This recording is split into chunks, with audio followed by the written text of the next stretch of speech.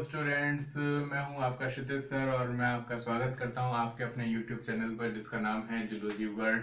तो स्टूडेंट्स, जो मैंने 11th एनसीईआरटी का 16 चैप्टर स्टार्ट किया था, अगर आप मेरे जो है चैनल पर देखेंगे तो digestion and absorption part first मैंने स्टार्ट किया था और उसमें मैंने आप लोगों को कुछ इंट्रोडक्टिव बातें बताई थी, जैसे कि डाइजेशन क्या होता है, डाइजेशन क्यों जरूरी है और मानव में आहार नाल में कौन कौन से भाग पाए जा सकते हैं डाइजेशन में। जो है मानव के डाइजेस्टिव सिस्टम में हम देखें ह्यूमन में कौन कौन से पार्ट्स इंक्लूडेड होते हैं।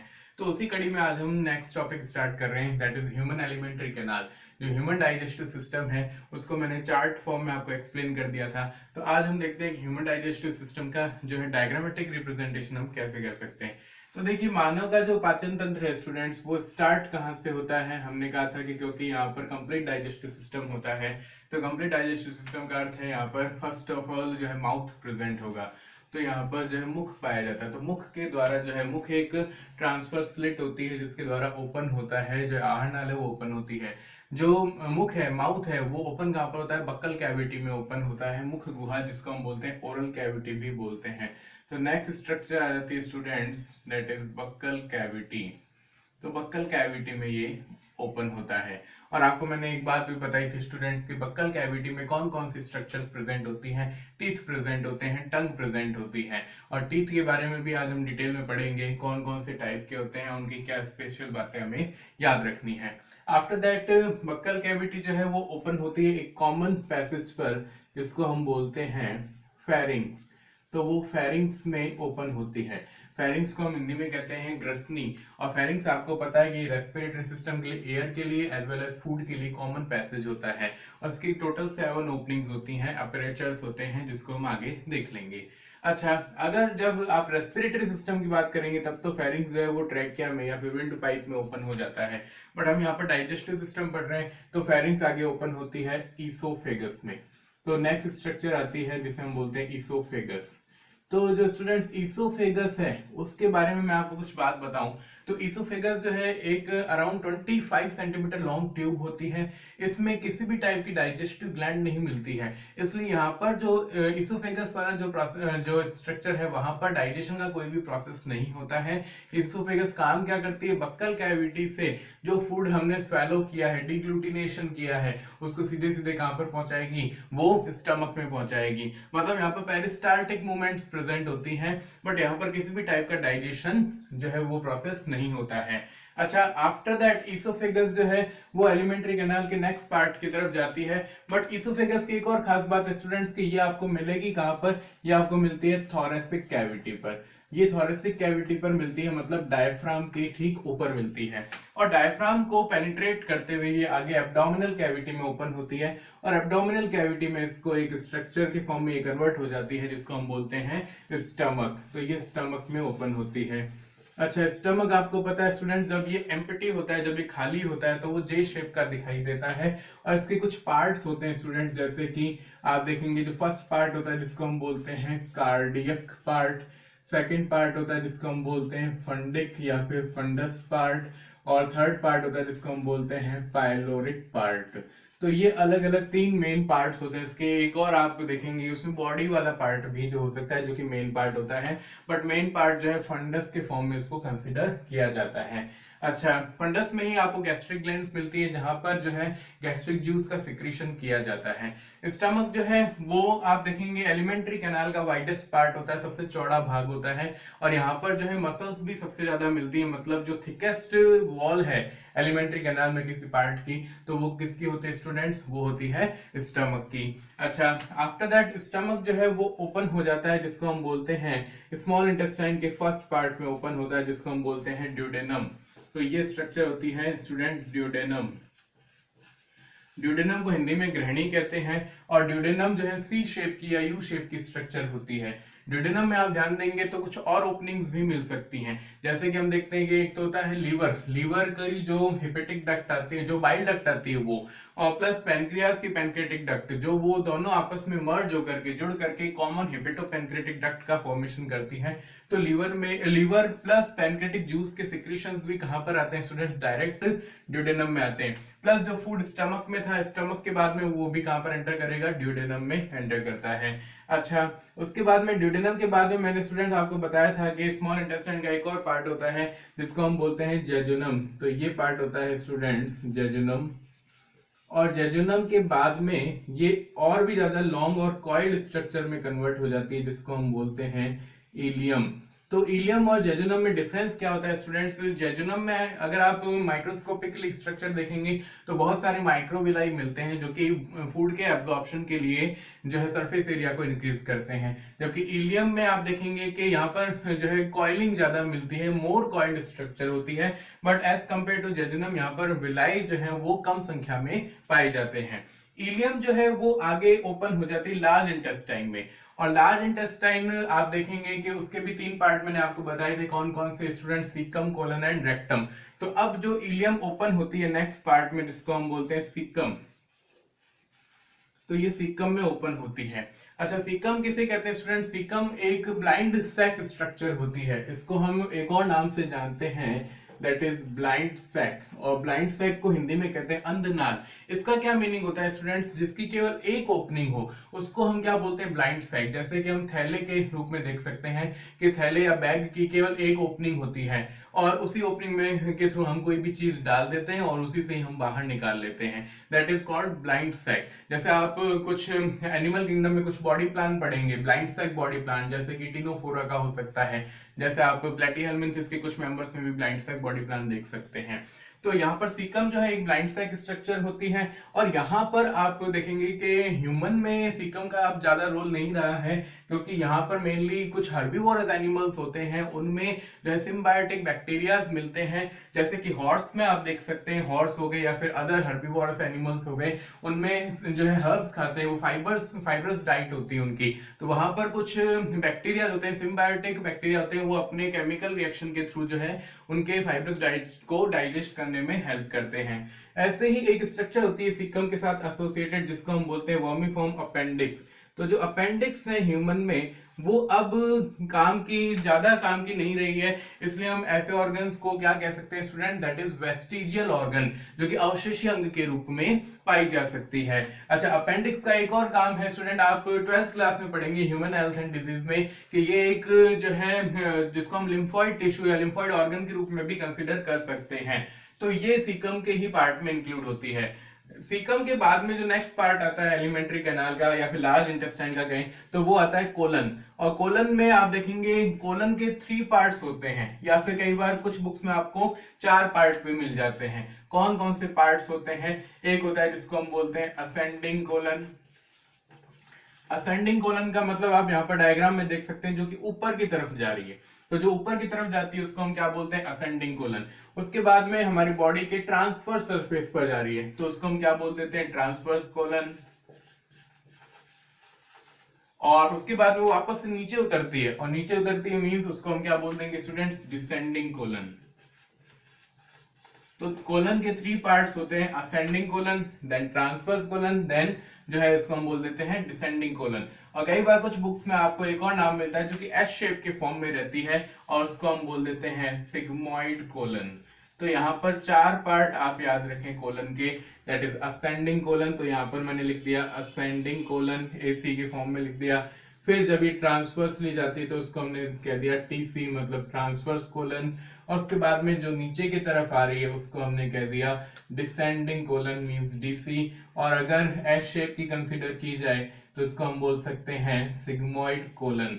और लास्ट में जो कोलन है वो कहां पर ओपन होती है स्टूडेंट्स? वो होती है ओपन रेक्टम में। तो यहाँ पर रेक्टम में ओपन होती है, और रेक्टम में आपको पता है जो अनडाइजेस्टेड फूड होता है वो एक बार के लिए टेम्परेली स्टोर किया जाता है, जिसको हम फीकल मटेरियल भी बोल सकते हैं। और रेक्टम की जो ओपनिंग होती है वो होती है एनस। अच्छा, ये तो पूरी की पूरी हमने देखी एलिमेंट्री कैनाल है, जो कि हमने कहा था ह्यूमन डाइजेस्टिव सिस्टम 2 चीजों से मिलकर के बना है। फर्स्ट एलिमेंट्री कैनाल, सेकंड जो है असेसरी ये डाइजेस्टिव ग्लैंड्स होती है या फिर एसोसिएटेड डाइजेस्टिव ग्लैंड्स होती हैं। अब कौन कौन सी डाइजेस्टिव ग्लैंड्स आपको दिखाई देंगी? 3 टाइप की डाइजेस्टिव ग्लैंड्स होती हैं। एक तो आपको बक्कल कैविटी में मिलेंगी, और वो कौन सी होंगी स्टूडेंट्स? इनको हम बोलते हैं सलाइवरी ग्लैंड्स। तो ह्यूमन में आपको पता हो तो 3 पेयर सलाइवरी ग्लैंड्स मिलती हैं, तो ये हमने बना दिया बक्कल कैविटी में सलाइवरी ग्लैंड्स। तो सलाइवरी ग्लैंड्स होती हैं। इसके अलावा आप एब्डोमिनल कैविटी में जाएंगे तो आपको 2 ग्लैंड्स मिल रही हैं और एक ग्लैंड आपको यहाँ पर दिखाई दे रही है, जो कि हमारी बॉडी की लार्जेस्ट ग्लैंड होती है, उसको हम बोलते हैं लीवर। तो liver is the largest gland of body. ये एक एक्सोक्राइन ग्लैंड होती है और ये बाइल फॉर्मेशन करती है, पित्त का निर्माण करता है लीवर। और इसके अलावा भी बहुत सारे फंक्शंस होते हैं, आगे हम पढ़ेंगे जैसे जैसे चैप्टर आगे बढ़ेगा। तो लीवर जो है लार्जेस्ट ग्लैंड है और लीवर बाइल का सिक्रीशन कर रहा है। हेपेटोसाइट्स होती हैं वो बाइल का सिक्रीशन करती हैं, बट बाइल का स्टोरेज और कंसंट्रेशन करने के लिए इसके साथ में एक और स्ट्रक्चर एसोसिएटेड रहती है, जिसको हम बोलते हैं स्टूडेंट्स गॉल ब्लैडर। तो गॉल ब्लैडर जो है एक और स्ट्रक्चर होती है यहाँ पर लीवर से एसोसिएटेड, जो कि बाइल, लीवर ने जो बाइल सिक्रीट किया है उसको जो है सिंथेसाइज किया, उसको जो है स्टोरेज और कंसंट्रेशन करने का काम करता है। स्टूडेंट्स आपको पता हो तो बाइल का फंक्शन क्या होता है। बाइल में एक चीज याद रखिए, कोई भी एंजाइम नहीं मिलता है तो वो किसी भी फूड मटेरियल के डाइजेशन में पार्टिसिपेट नहीं करता है, बट वो एक काम जरूर करता है, वो फैट का इमल्सिफिकेशन कर देता है। व्हाट इज इमल्सिफिकेशन हम आगे डिटेल में पढ़ेंगे। वैसे इमल्सिफिकेशन हिंदी में कहते हैं वसा का पायसीकरण, जो कि वसा की जो बड़ी बड़ी जो फैट ग्लोब्यूल्स होती हैं उनको छोटी छोटी फैट ग्लोब्यूल्स में तोड़ देना, ताकि आगे जाकर के डाइजेशन का जो प्रोसेस है फैट का वो इजी हो जाए। तो वो काम करता है बाइल। अच्छा, इसके अलावा जो है लीवर के साथ में और कौन सी ग्लैंड एसोसिएटेड रहती है, वो होती है स्टूडेंट्स पैनक्रियाज। तो पैनक्रियाज जो है वो एसोसिएटेड रहती है। पैनक्रियाज जो होता है वो एक मिक्स ग्लैंड होती है जिसे हम हेटेरोक्राइन ग्लैंड कहते हैं। इसका मतलब है इसमें एक्सोक्राइन पार्ट भी है और एंडोक्राइन पार्ट भी है। एक्सोक्राइन पार्ट को हम बोलते हैं स्टूडेंट्स पैनक्रेटिक एसिनाई, जो कि different different digestive enzyme secrete करता है और पैनक्रेटिक जूस का फॉर्मेशन करता है, जिसमें आप प्रोटीन डाइजेस्टिव एंजाइम भी देख सकते हैं, उसमें आप fat digestive enzymes plus carbohydrate digestive enzyme and nucleic acid digestive enzymes भी देख सकते हैं। जबकि इसमें एक एंडोक्राइन पार्ट होता है जिसको हम बोलते हैं लैंगरहैंस की जो द्विप समूह होते हैं वो। और लैंगरहैंस के द्विप समूह जो होते हैं कुछ हार्मोन सिक्रीट करते हैं, जिसमें से मेन 2 हार्मोन आप याद रखें, एक तो होता है इंसुलिन और दूसरा होता है ग्लूकागॉन। तो ये जो है 3 मिक्स ग्लैंड, जो 3 जो डाइजेस्टिव ग्लैंड्स हैं उनको भी हमें यहाँ पर डिटेल में पढ़ना होगा। तो ये पूरा का पूरा एलिमेंट्री कैनाल की स्ट्रक्चर प्लस एसोसिएटेड जो ग्लैंड्स हैं उनके बारे में बताया।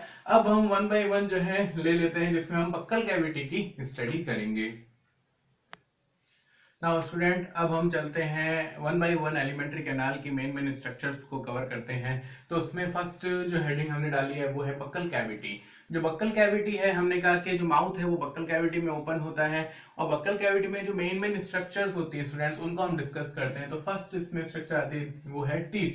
तो जो दांत होते हैं स्टूडेंट्स, पहली बात तो उनका ओरिजिन किससे होता है, वो किससे ओरिजिनेट होते हैं, तो दीज आर एक्टोमीजोडर्मल इन ओरिजिन। मतलब ये इसका कुछ पार्ट एक्टोडर्म से भी बना है और कुछ पार्ट जो है वो मीजोडर्म से भी बना है। अगर आपको पता हो तो इसमें 2 टाइप की सेल्स मिलती है स्टूडेंट्स। एक होती है जिसको हम बोलते हैं एमिलोब्लास्ट सेल्स, एमिलोब्लास्ट सेल्स। और ये जो एमिलोब्लास्ट सेल्स होती हैं स्टूडेंट्स, ये एक्टोडर्मल होती हैं। तो ये इनका ओरिजिन किससे होता है स्टूडेंट्स, ये होता है एक्टोडर्मल। और एमिलोब्लास्ट सेल्स का काम क्या है स्टूडेंट्स, तो इसका काम है हमारे जो टीथ की जो आउटर कवरिंग होती है जिसको हम बोलते हैं एनेमल, एनेमल को ये सिक्रीट करती हैं। और आपको पता हो तो एनेमल जो है वो एनिमल किंगडम का हार्डेस्ट सब्सटेंस होता है, जिसमें वाटर का जो परसेंटेज है मिनिमम होता है। तो जो हमारे दांतों के ऊपर जो आउटर मोस्ट कवरिंग होती है वो एनेमल कहलाता है। और एनेमल का जो फॉर्मेशन है वो किसके थ्रू किया जाता है स्टूडेंट्स, एमिलोब्लास्ट सेल्स के थ्रू, और ये एक्टोडर्मल होती है। अच्छा, उसके बाद में जो टीथ का जो मेन पार्ट होता है, जो कि हम कहते हैं कि जो बाकी का जो मेन पार्ट बना है वो बना होता है स्टूडेंट्स ओडोंटोब्लास्ट सेल्स से, ओडोंटोब्लास्ट सेल्स। और ये जो ओडोंटोब्लास्ट सेल्स होती हैं ये आगे जाकर के टीथ का मेन सब्सटेंस बनाती हैं, उसको हम बोलते हैं स्टूडेंट्स डेंटिन। तो वो कहलाता है डेंटिन। तो डेंटिन का फॉर्मेशन कौन करती है, ओडोंटोब्लास्ट सेल्स करती हैं। अगर आपको पता हो तो ओडोंटोलॉजी मतलब टीथ की स्टडी को हम ओडोंटोलॉजी कहते हैं। तो जो ओडोंटो वर्ड है मेनली टीथ के लिए यूज लिया जाता है। और ये जो ओडोंटोब्लास्ट सेल्स होती है स्टूडेंट्स, ये ओरिजिनेट किससे होती हैं, ये एम्ब्रियोनिक मीजोडर्म से ओरिजिनेट होती हैं। इसलिए हम टीथ को क्या कहते हैं कि टीथ का जो ओरिजिन है वो एक्टोमीजोडर्मल रहता है। एक्टोमीजोडर्मल में एक्टोडर्मल तो हो गई एमिलोब्लास्ट और मीजोडर्मल हो गई ओडोंटोब्लास्ट सेल्स। अच्छा, फिर हमने लास्ट क्लास में पढ़ा था कि जो टीथ होते हैं ह्यूमन में किस टाइप के टीथ पाए जाते हैं, तो ये तो बहुत इंपॉर्टेंट चीज है स्टूडेंट्स, इसको अच्छे से याद रखना है आपको। एक होता है थिकोडोंट, जिसको हम हिंदी में कहते हैं गर्त दंती, मतलब जो बोनी सॉकेट में जो हमारे जो जॉज है उसके जो बोनी सॉकेट होते हैं उसमें एम्बेडेड रहते हैं, उनको हम बोलते हैं थिकोडोंट। हिंदी में इसको बोलते हैं गर्त दंती, गर्त में धसे हुए होते हैं, तो ये कहलाता है गर्त दंती। अगर आपको पता हो तो ट्रिकोडोंट टीथ का पाया जाना मैमल्स की जो है खास बात है, बट एक्सेप्शनली आपको ये क्रोकोडाइल में भी मिल जाते हैं। तो क्रोकोडाइल एक रेप्टाइल है, और रेप्टाइल्स में भी ऐसा रेप्टाइल है जिसके कुछ जो कैरेक्टर्स है वो मैमेलिया से मिलते हैं। जैसे कि आप देखेंगे उसमें ट्रिकोडोंट टीथ पाए जाते हैं, जैसे आप उसमें देखेंगे 4 चैम्बर्ड हार्ट पाया जाता है, और उसमें एक और स्ट्रक्चर मिलती है जिसको हम बोलते हैं डायाफ्राम। तो डायाफ्राम भी जो है क्रोकोडाइल में मिल जाता है। इसी के टाइप साथ में ट्रिकोडोंट टीथ होते हैं। फिर हमने कहा कि उसमें डाइफाइडोन टीथ भी होते हैं ह्यूमन में। डाइफाइडोन का मतलब क्या होता है स्टूडेंट, जो लाइफ में 2 बार जो है वो टीथ इरप्ट होते हैं, और वो 2 टाइप के हो सकते हैं। एक जिनको हम बोलते हैं मिल्क टीथ या डेसिडुअस टीथ, जिनको हम दूध या दांत हिंदी में कहते हैं, और ये जो है एक बार जो है बाद में परमानेंट जो टीथ होते हैं उससे रिप्लेस हो जाते हैं। तो मतलब एक बार तो मिल्क टीथ आते हैं, डेसिडुअस टीथ आते हैं, उसके बाद में परमानेंट टीथ में वो उसके थ्रू वो रिप्लेस हो जाते हैं। और लास्ट में आता है जिसको हम बोलते हैं हेटेरोडोंट, विषम दंती, हिंदी में इसको बोलते हैं विषम दंती। और विषम दंती का मतलब क्या होता है स्टूडेंट, जिसमें हम कहते हैं कि स्ट्रक्चर के बेस पर, संरचना के आधार पर ये अलग अलग प्रकार के हो सकते हैं। जैसे हम बोल सकते हैं इंसीजर हो सकते हैं, उसके बाद में कैनाइन्स हो सकते हैं, जैसे आप डॉग्स में देख सकते हो, या फिर कुछ कार्निवोरस एनिमल्स में देख सकते हो कि उनके कैनाइन दांत होते हैं, तीखे तीखे होते हैं और नुकीले होते हैं। उसके अलावा आप देख सकते हो प्री मोलार्स मिल सकते हैं एंड मोलार्स मिल सकते हैं। अच्छा, तो इसी बेस पर आपका एनसीईआरटी में डेंटल फॉर्मूला भी दिया हुआ है। ह्यूमन का डेंटल फॉर्मूला दिया है, बट वो किसका दिया है, परमानेंट टीथ का दिया है, और एडल्ट कंडीशन में दिया है। तो एडल्ट में जो है डेंटल फॉर्मूला कैसे होगा, और दूसरी बात डेंटल फॉर्मूला है क्या। तो देखिए डेंटल फॉर्मूला जो है हमारे यहाँ जो जॉ है पूरा, अगर हम देखें जो जॉ है उसको कैसे डिवाइड किया है, और डेंटल फॉर्मूला हम कैसे जो है वो उसको डिटरमाइन करते हैं, कैसे हम डेंटल फॉर्मूला बनाते हैं। डेंटल फॉर्मूला को कैसे डिसाइड करते हैं, डिटरमाइन करते हैं, तो ध्यान दीजिएगा कि यहाँ पर अगर हम बकल कैविटी का एक स्ट्रक्चर बनाए जिसमें मैंने टीथ भी बना रखे हैं, तो आप देखेंगे एक तो अपर जॉ है और एक हो गया लोअर जॉ। तो अब अपर जॉ को और लोअर जॉ को हम देखेंगे तो एक बार हम इसको बीच में से जो है वो डिवाइड कर देते हैं। तो जब आप बीच में से इसको डिवाइड करेंगे और केवल कौन सा पोर्शन देखेंगे स्टूडेंट्स, ये हम केवल अपर हाफ पोर्शन देख रहे हैं इसमें। तो ये अपर हाफ पोर्शन हो गया, जिसमें आप देखेंगे कि 2 तो आपको दिखाई दे रहे हैं इंसाइजर, 1 दिखाई दे रहा है कैनाइन, 2 दिखाई दे रहे हैं आपको प्रीमोलर्स एंड 3 दिखाई दे रहे हैं मोलर्स। तो अब आप देखेंगे एडल्ट ह्यूमन का जो परमानेंट डेंटल फॉर्मूला होता है परमानेंट टीथ का, वो क्या होता है 2 1 2 3। देखिए इतने इतने पोर्शन का मैंने लिख दिया ऊपर 2 1 2 3। ऐसे अगर मैं इस नीचे वाले पोर्शन को लिखूं तो ये भी क्या हो जाएगा स्टूडेंट्स 2 1 2 3। तो यहां पर भी लिख दूं 2 1 2 3। तो ये मैंने 2 1 2 3 लिख दिया। अब 2 1 2 3 यहां पर, 2 1 2 3 यहां पर, तो इसका हाफ पोर्शन भी तो रह गया। तो हाफ पोर्शन रह गया, मतलब इसको मैं डबल जो है उससे मल्टीप्लाई कर दूं, तो उसे 2 से मल्टीप्लाई कर दिया, तो ये आपके डेंटल फॉर्मूला आ जाएगा। तो पूरा का पूरा 2 1 2 3 को 2 से मल्टीप्लाई किया, अपर जॉ आ गया। ऐसे ही 2 1 2 3 को 2 से मल्टीप्लाई किया, लोअर जॉ आ गया। तो टोटल आपको ह्यूमन में, एडल्ट ह्यूमन में कितने टीथ मिल जाएंगे स्टूडेंट्स, 32 टीथ मिल जाएंगे। 32 दांत होते हैं एडल्ट ह्यूमन में, और उसका फॉर्मूला होता है 2 1 2 3 2 1 2 3। इसी टाइप से अगर आपसे पूछा जाए कि जो मिल्क टीथ होते हैं, मिल्क टीथ का फॉर्मूला क्या होगा, तो ये स्टूडेंट इंपॉर्टेंट है, और AIPMT 2015 में क्वेश्चन भी आया हुआ इस पर, तो इसको स्टार लगा करके इस पर ध्यान दीजिएगा कि यहाँ पर हम देखते हैं कि बहुत से स्टूडेंट गलती करते हैं। वो सोचते हैं कि मिल्क टीथ में अगर आपसे पूछा जाए कि कौन से टीथ एब्सेंट होते हैं, तो बहुत से स्टूडेंट आंसर क्या करते हैं कि मिल्क टीथ में सारे के सारे मोलर्स जो है वो एब्सेंट होते हैं, बट ऐसा नहीं होता है स्टूडेंट्स। मोलर्स जो है उसमें एक कम होगा, बट प्री मोलर्स जो है वो बिल्कुल भी नहीं मिलते। तो हम फॉर्मूला क्या लिखते हैं स्टूडेंट्स 2 1 0 2 2 1 0 2। मतलब आपको जो है मिल्क टीथ में बिल्कुल भी प्री मोलार्स जो है वो नहीं मिलते हैं, मोलार्स होते हैं बट एक एक मोलार जो होता है वो कम होता है। तो अब आप देख लीजिए हमने अपर हाफ पोर्शन में कितने टीथ कम कर दिए, एक यहां पर कम कर दिया, दो यहां पर कम कर दिए, मतलब 3 कम कर दिए, मतलब टोटल अपर जॉ में कितने कर दिए 6। नीचे भी हमने टोटल लोअर जॉ में कितने कम कर दिए 6 कर दिए, मतलब टोटल 12 जो दांत हैं वो हमने कम कर दिए। तो 32 में से आप जब 12 हटा देंगे तो कितने बच जाएंगे स्टूडेंट्स 20। तो मिल्क टीथ में कितने दांत होते हैं ये पूछा जाए तो आप आंसर क्या करेंगे 20। और मिल्क टीथ में कौन से टीथ एब्सेंट होते हैं स्टूडेंट्स, तो वो होते हैं प्रीमोलार्स। तो प्रीमोलार्स आर एब्सेंट, तो ये इंपॉर्टेंट है, प्लस एक जो है उसमें मोलार भी एब्सेंट होगा। अच्छा, उसके बाद में आपसे पूछा जाए कि क्या ह्यूमन में सारे के सारे टीथ जो होते हैं वो डाइफाइडोंट होते हैं क्या? नहीं स्टूडेंट्स, यहां पर आपको पता चल रहा है एक तो प्री मोलार प्लस जो लास्ट मोलार होता है, जो प्री मोलार और लास्ट मोलार होता है ये दोनों जो होते हैं वो कैसे होते हैं स्टूडेंट्स, मोनोफायोडोंट होते हैं। तो ये मोनोफायोडोंट की कैटेगरी में आते हैं, मतलब लाइफ में सिर्फ एक बार आते हैं, क्योंकि मिल्क टीथ में तो ये एब्सेंट होते हैं, बट जो एडल्ट कंडीशन में परमानेंट जो टीथ का जो फॉर्मूला आता है उसमें ही ये प्रेजेंट होते हैं। बट आप एनसीईआरटी के अकॉर्डिंग जाएंगे तो उसमें आपको क्या करना है, डाइफायोडोंट करना है। अब स्टूडेंट्स बक्कल कैविटी में केवल टीथ ही नहीं है, यहाँ पर टंग और आपको पैलेट जिसको हम तालू बोलते हैं वो भी मिलेगा। तो जो टंग है उसके बारे में ज्यादा आपको एनसीईआरटी में कुछ दिया नहीं है तो हम भी ज्यादा डिटेल में जाएंगे नहीं। जो टंग है एक मस्कुलर स्ट्रक्चर होती है स्टूडेंट्स, तो it is a muscular structure.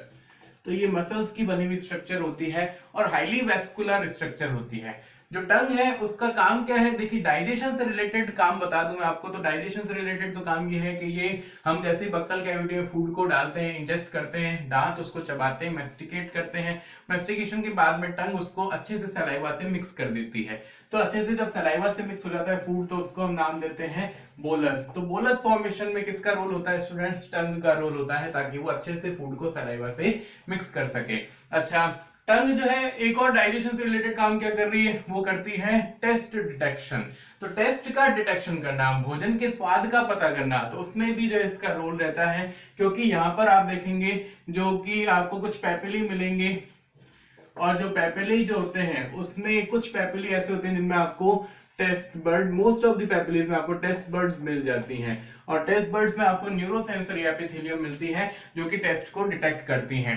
जैसे आप देखेंगे कि हमारा जो टेस्ट टंग है उसका जो एंटीरियर मोस्ट पार्ट होता है वो स्वीट टेस्ट का डिटेक्शन करती है, मीठे स्वाद का ज्ञान करवाती है। ऐसे ही पोस्टीरियर जो एकदम पोस्टीरियर पार्ट होता है उसमें आप देखेंगे वो बिटर टेस्ट का ज्ञान करवाती है, कड़वे स्वाद का ज्ञान करवाती है। बट जो मिडल पोर्शन होता है और जो डॉर्सल सरफेस होती है वहां पर टेस्ट बर्ड्स एब्सेंट होती है, इस वजह से हमें किसी भी टाइप के स्वाद का ज्ञान वहां पर नहीं होता है। हम ज्यादा डिटेल में नहीं जाएंगे क्योंकि एनसीईआरटी में जो है पैपिला के बारे में या फिर टेस्ट बर्ड्स के बारे में डिटेल में नहीं दिया है। अच्छा, जो टंग होती है वो हमारे जो लोअर जो है उसकी बेस पर जो है वो जुड़ी रहती है, एक जो जिसको मेम्ब्रेनस फोल्ड कह सकते हैं। तो एक मेम्ब्रेनस फोल्ड मिलता है यहाँ पर, और उस मेम्ब्रेनस फोल्ड को हम नाम देते हैं स्टूडेंट्स फ्रेन्यूलम।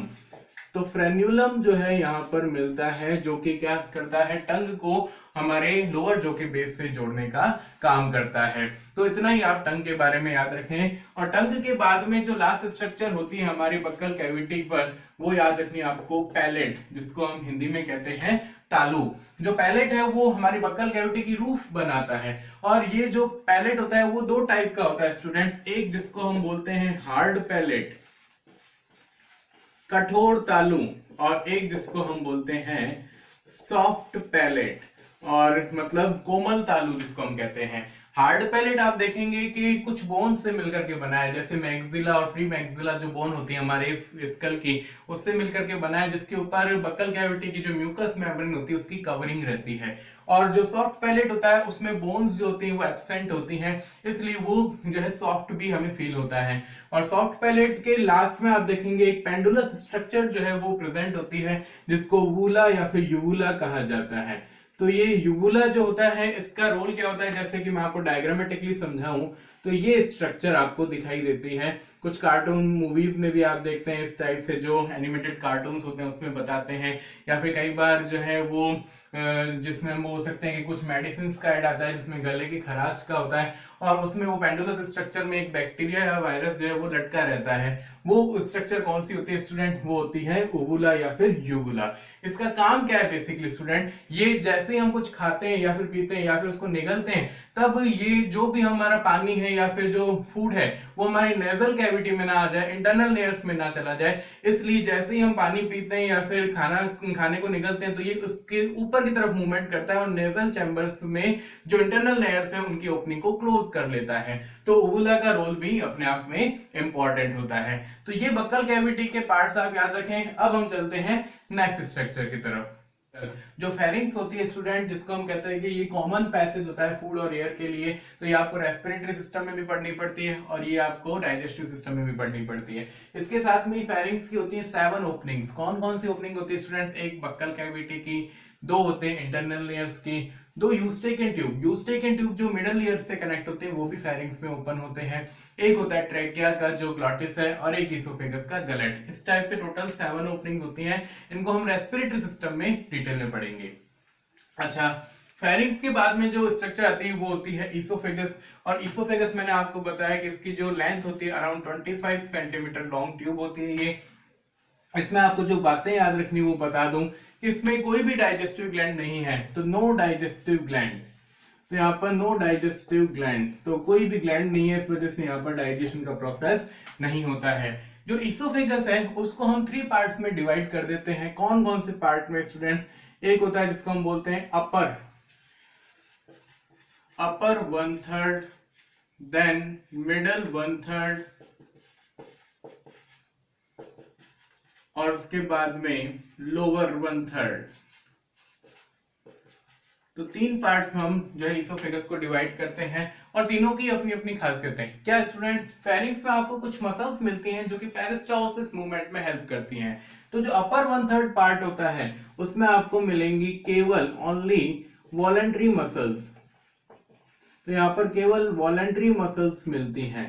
तो ये इंपॉर्टेंट चीज है स्टूडेंट, याद रखिएगा कि अपर पार्ट जो होता है जो इसोफेगस है उसमें कौन सी मसल्स मिलती है? केवल वॉलंटरी मसल्स मिलती हैं। जो मिडल 1/3 पार्ट है उसमें आपको वॉलंटरी प्लस इनवॉलंटरी दोनों मिल जाएंगी। तो यहाँ पर आपको वॉलंटरी प्लस इनवॉलंटरी मसल्स दोनों मिलती हैं 1/3 मिडल 1/3 पार्ट में। और लास्ट में जो लोअर 1/3 पार्ट होता है स्टूडेंट्स, और उसमें केवल और केवल मिलती हैं ओनली इनवॉलंटरी। तो यहाँ पर केवल इनवॉलंटरी मसल्स आपको मिलेंगी। तो ये इसोफेगस के बारे में याद रखें। दूसरी चीज, जो इसोफेगस की लेंथ है वो किस पर डिपेंड करती है स्टूडेंट्स? वो डिपेंड करती है नेक की जो लेंथ होती है, हमारी जो नेक की लेंथ होती है उस पर डिपेंड करती है।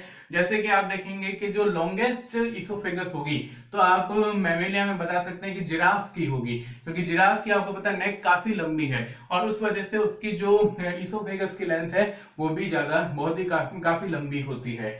इसोफेगस जो है वो कहां तक मिलती है स्टूडेंट्स? वो मिलती है सिर्फ और सिर्फ थोरेसिक कैविटी तक। और इसमें एक एपिथेलियम होती है स्टूडेंट्स, इसकी एपिथेलियम को भी याद रखें, वो होती है स्ट्रेटिफाइड